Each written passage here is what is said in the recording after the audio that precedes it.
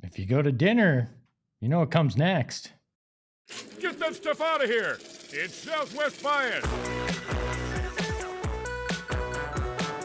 Welcome into another edition of Southwest Bias, brought to you by our friends at the Husband and Wife Law Team. If you've had a serious injury, call the Husband and Wife Law Team first at 602-783-8841 or visit their website at husbandandwifelawteam.com. And we are live from Studio K. I had to look back there to get the point right. Brought to you by our friends at Circle K. Become a member of the Inner Circle today for free by downloading the Circle K app. All right, any of you that have watched this program or any of the shows I've been on this network, you know one thing. I've struggled with my weight.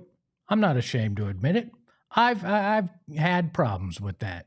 And I've tried every solution. Fad diets, some of the drugs, different things. And you know what I found out? The only way you can lose weight is by putting in the work to actually lose weight. You got to do the work. It takes effort. Things don't change overnight. There is no miracle to make things happen. It's where the Cardinals are. There is no miracle when it comes to a head coach for this team. There just isn't. Now, they've taken Mike LaFleur out for dinner last night. They wined and they dined him, and they're supposedly having their second interview today. It feels like we're coming towards the end of this entire search, and that Mike LaFleur is the person that they've decided to turn to, that they look at and think he can help come in and change this franchise. And you know what? Everything I've heard is Mike LaFleur is a very good guy, that people believe he has the tools to be a good head coach in this league. But to me, I look at it and I wonder about results.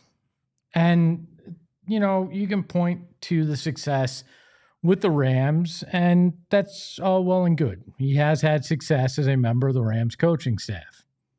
He's also had Sean McVay calling the plays. The one thing that we have as a litmus test in terms of Mike LaFleur is his time with the Jets. And people will say, well, it's the Jets. I mean, you got to take that into account. It's the Jets franchise.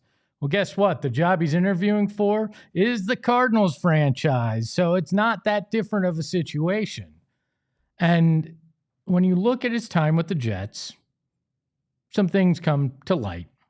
And I don't think it's an indictment fully of what he'll be able to do, but I think it is the reality that he's not going to come in and be the magic elixir that changes everything.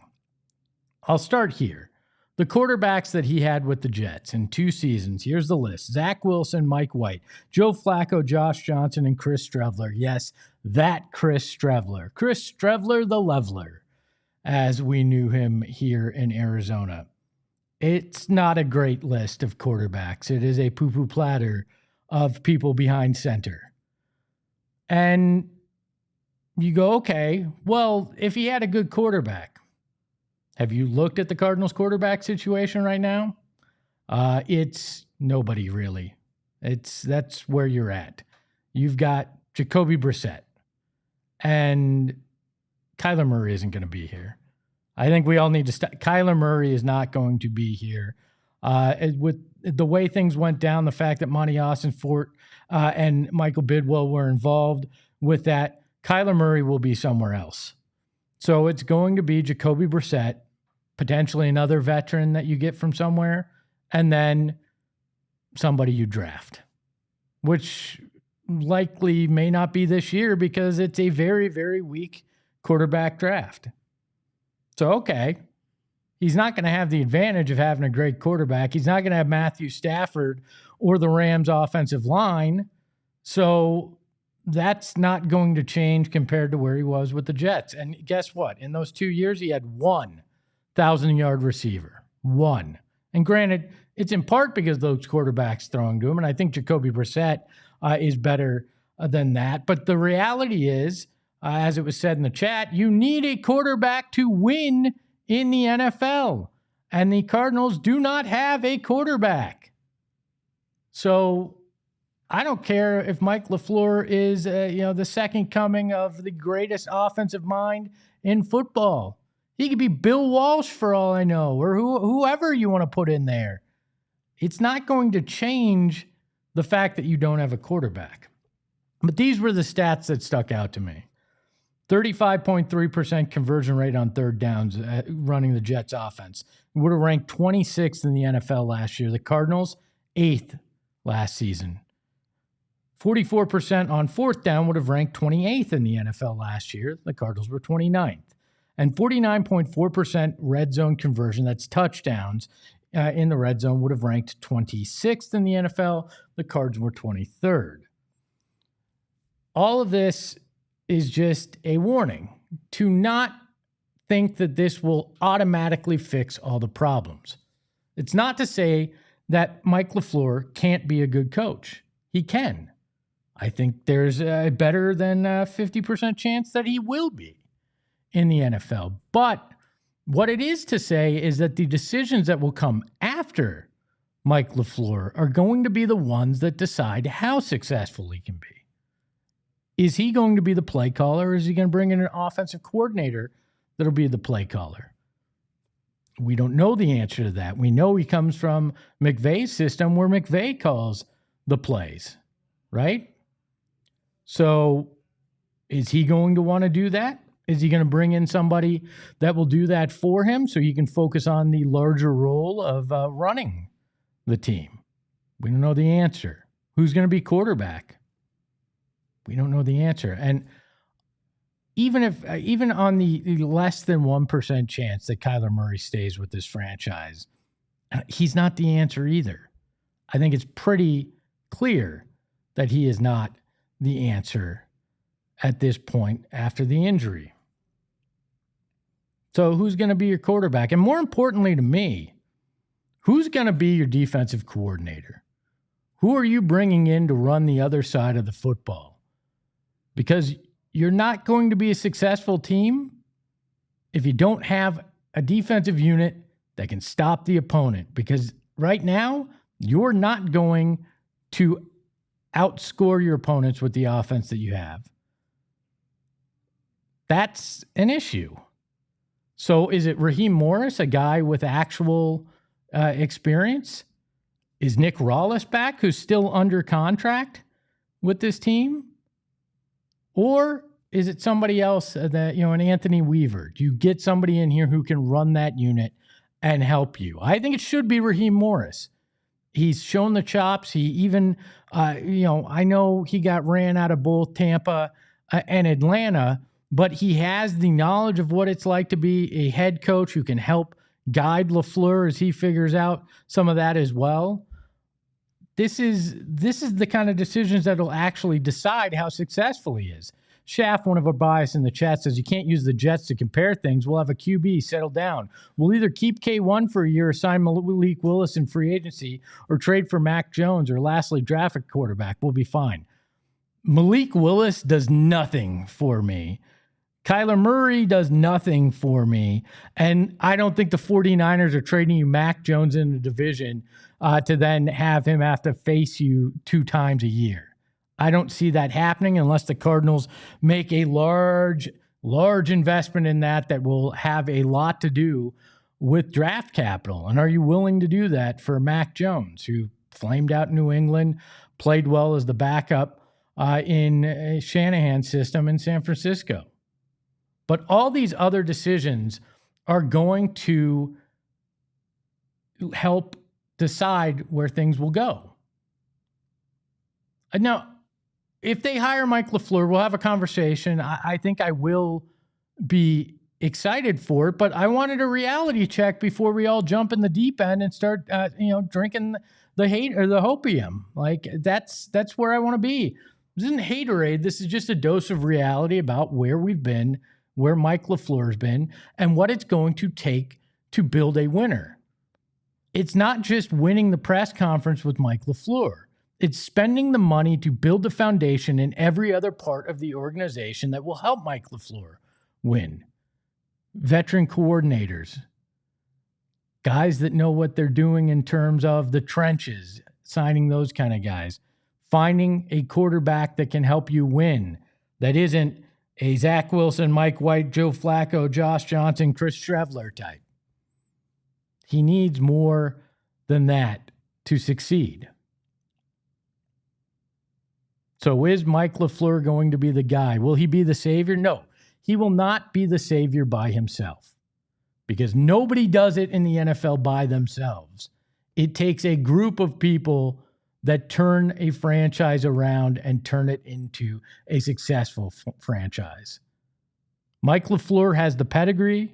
I think he has the ability, but he's going to need the tools to actually accomplish it if he becomes the Cardinals head coach. But maybe that's just my Southwest bias. We welcome in the mustache behind the Mac, Shane Diefenbach. Shane, how are you?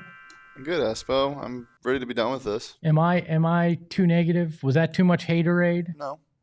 Like I feel like there's got to be some reality because honestly, if Mike LaFleur is announced this afternoon or tomorrow, I'll come on here and I will be excited for that hire in some ways. We'll talk about that, but I just felt like not enough people are looking at the Jets side of things and having an honest discussion about it. They just want to brush it off that it's the Jets. Well, guess what? Similar situation here. Yeah,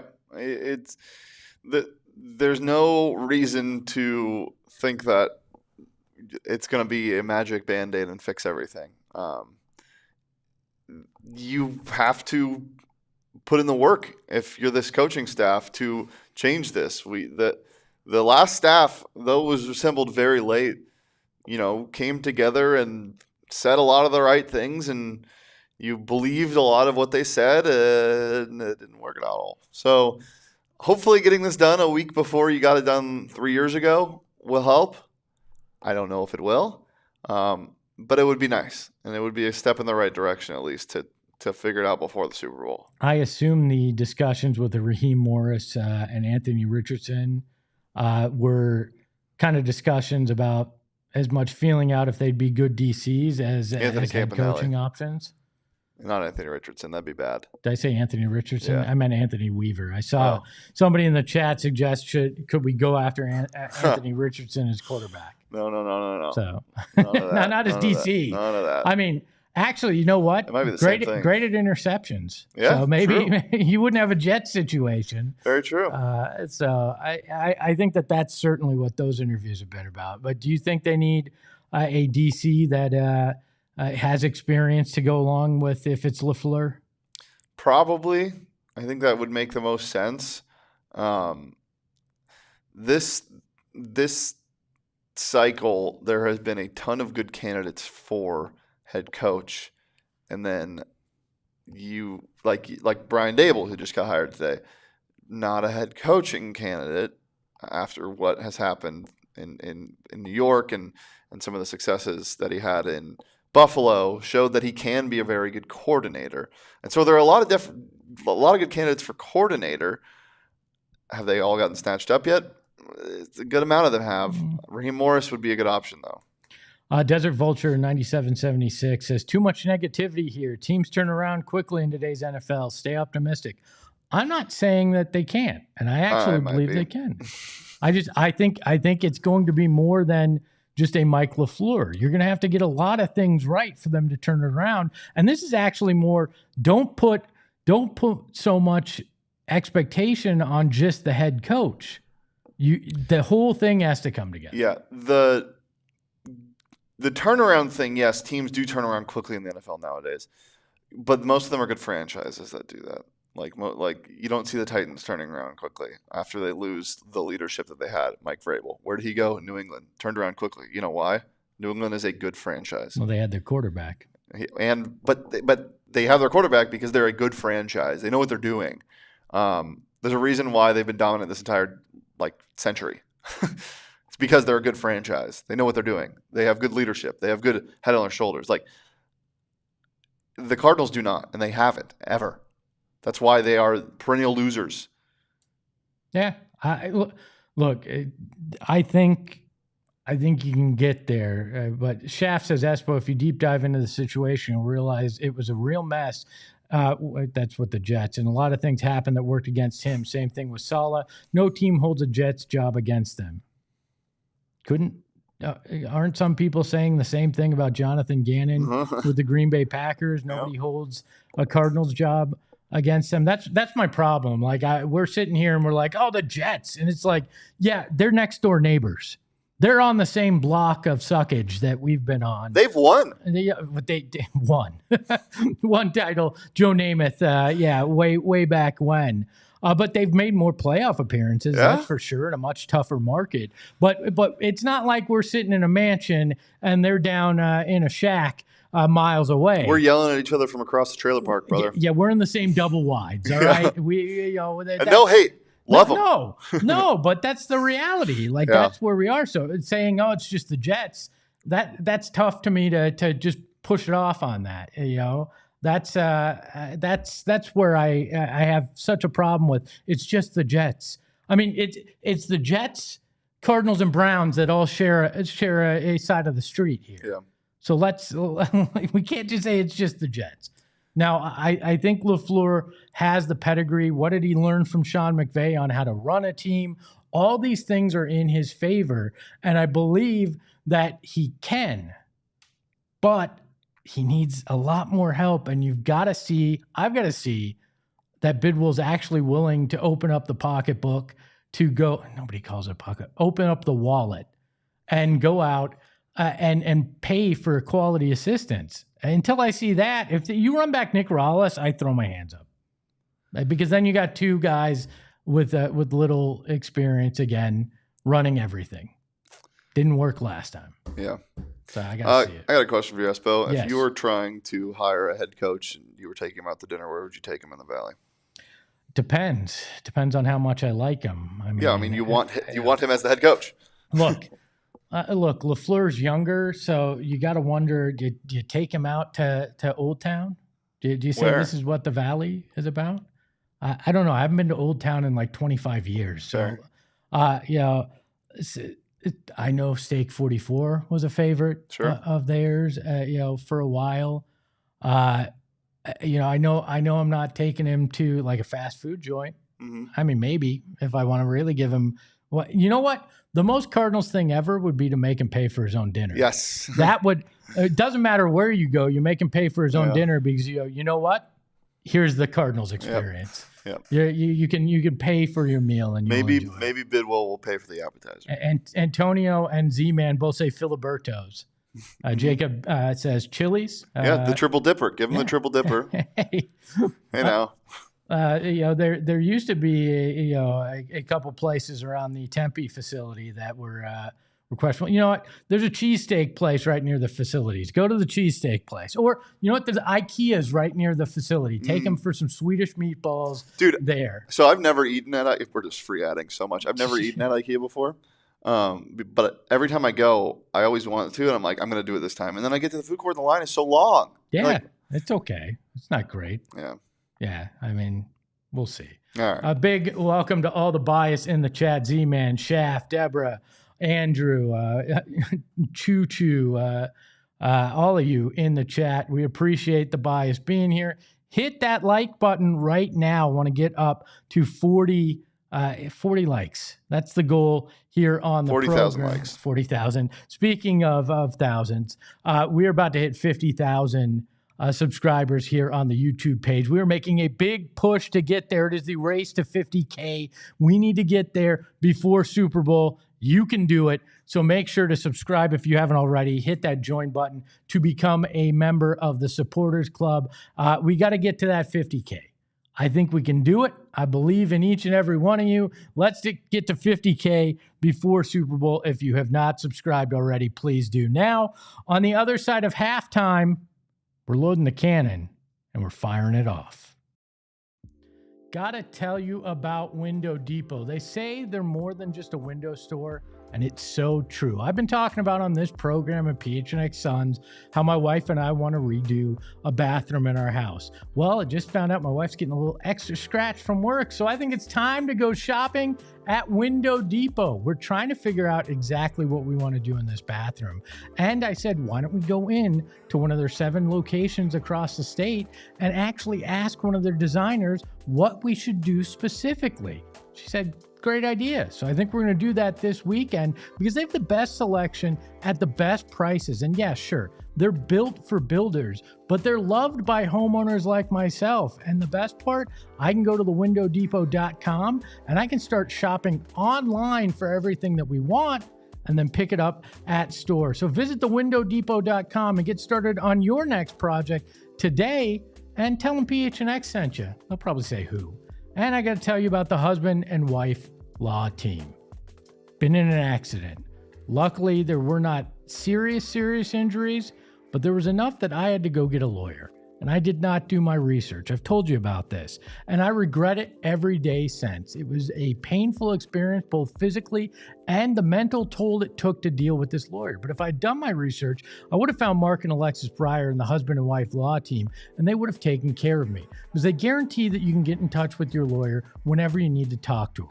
They're prepared to go to trial if that's what the situation deems. Plus, they are specialized in serious injury and wrongful death cases. Only 1% of lawyers in the Arizona State Bar are certified in it, and the lawyers at the husband and wife law team are. So you're going to want to do your research and find out what they can provide you, because if you've had a serious injury, call the husband and wife law team first at 602-783-8841 or visit their website in the description and tell them PHNX sent you.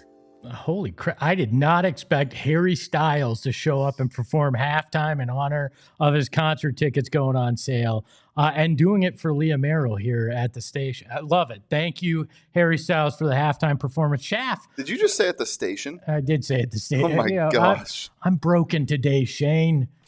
Here at whatever the hell we call PHNX, here at HQ3. Yeah, there you go. Nice of him to come in. Shaft asked, since we're on free ads, Durant's, have you ever been? I have. Love Durant's. Have not been since they reopened, though. Have not. So, and Connor Smith said, halftime show, 10 out of 10, keep up the good work. He said PHNX Cardinals crew. They're not here unless they snuck up on me during halftime. We're going to load the cannon. All right, Shane, load the cannon. It's time for Hot Take Cannon. It's simple. Shane's going to throw some topics at me, and I'm going to give you my hot take. I have not seen said topics. I do not know what they are, but I will give you a complete fiery take about whatever's about to come, and that scares me. Shane? I'm going to have you first grade my favorite meal in college, my favorite college broke meal. Okay. It was instant ramen and black beans with cheese. 100% all in on this meal, Shane. You have so many of the food groups. You've got starch, you've got beans, and you've got the important thing on the food pyramid that's the top of it, cheese. That's for me. And really, that's the only food group, which, as we talked about at the beginning of the program, is probably why I've had to actually try to lose weight, is because I've eaten plenty of things like that, and it sounds delicious. That's a baller on a budget kind of meal, and I appreciate the ingenuity that you showed. There's a reason that ASU is number one in innovation, and it's because of meals like that, Shane. Yeah, it's not nasty. Aaron, don't knock it till you try it. I would cook the ramen and then I would pour out the broth because I didn't want it watery. And so it was just like, it's basically beans and long rice is what I would call it. Hey, nothing wrong with that. I'm all in. Well, what kind of cheese? Are we talking? Like Mexican blend. Okay, so not like, you're not going like, I got a Kraft single that I'm melting on this crap. Okay, because that would be, I draw the line. That's not cheese, that's chemicals. We're not doing that. And then when I moved out of my dorm, I would continue to make that. But I would add some chopped onions since I had room. It's fantastic. It's really good. Honestly, crave it sometimes. I love that. You know what? Maybe you and I should make that for lunch one day here. Yeah, exactly. Right. What do you got What next? about watching videos on 2x or 1.5 speed? Videos or audio? Videos. I struggle with video. There's the visual part that when it's sped up, it just does not look well. Now, if you want to talk to me about podcast audio, 1.5 speed, I'm all in on. There's only one show I can't do that on. It's PHNX Suns. Actually, two, or PHNX Sun Devils. I love Eric Ruby, but 1.5 speed is like 3 speed when I listen to Eric. So that's the only one I can't do. But audio, all in on 1.5 speed. Video can't do it. Visually, just very, very uncomfortable for the eyes. Just I cannot do it for that. Audio, all in though. Do you actually watch videos that way, Shane? No, maybe like when I'm scrolling on socials, sometimes like if there's a long one, maybe. But I try to keep my attention span as good as possible. Yeah, as long as possible. As long as possible. I can't. It hurts my brain. Load another cannonball in. What are we firing next? What about what are they called? Emulators. Okay. For like old video games that are like it's just like a USB drive and you plug it into like a TV. Why the hell wouldn't I be in on that? I can relive my childhood all in one compact drive that has every game I ever wanted. I have one in my office. I'm not kidding. It's right down there. Play it when I get free time, which is next to never, but I can play all the NBA Jam games, the NFL Blitz, NBA Live 95, which is, in my mind, the greatest of all things. Yeah, emulators are the gold standard. I use it on my phone, my computer, wherever I can get it. I actually have an old Sega Genesis that has a cartridge that is a bunch of ROMs in it that you use with an emulator, so I can play all the games on a classic Sega Genesis. Yeah, I'm a damn nerd. I'm proud of it, and I love my 90s video games. Showering at night? No. Why would I shower at night? Why am I going to shower at night, get in a bed, likely sweat if it's warm here in Arizona, unless I'm going to shower again in the morning? And then what's the point? Why have I just showered at night? The only time I'll shower at night is if I have missed the opportunity to shower in the morning. I get home from work and I feel disgusting. And then guess what I do that next morning? I shower again. Showering at night is insanity unless you're showering again in the morning. And then that's just a waste of water. Just go to bed. Shower in the morning.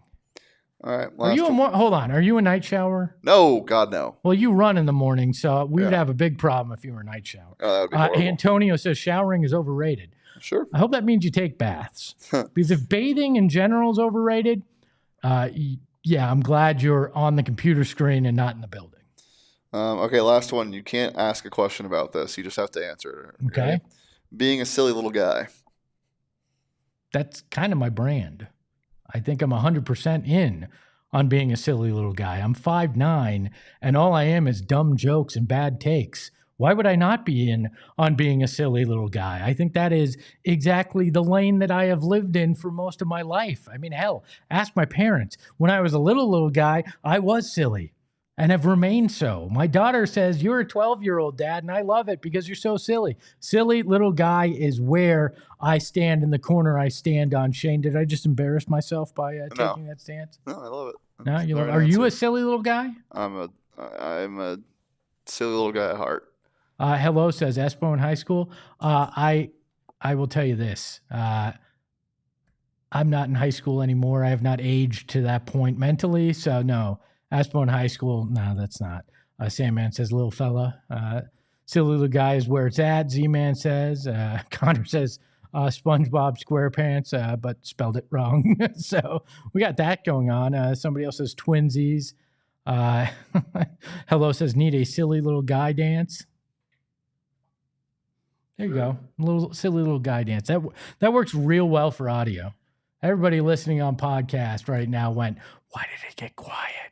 It's because I did a silly little dance for the chat. I would like for each and every one of you to go subscribe to our audio feed wherever you get your podcasts. Leave a 5-star review. Helps the show. And we're trying to build that audience on audio as well. Appreciate all the bias here joining us live in the chat. And a big thank you to the mustache behind the Mac, Shane Diefenbach, for running everything. You can follow him at Shane Dief. You can follow the program at PHNX_sports. You can follow me at Espo. And remember, Mike LaFleur has a chance to be great, but only if he gets to surround himself with the people that can help lift him up. Ahoy, hoy. We all silly like the mayor.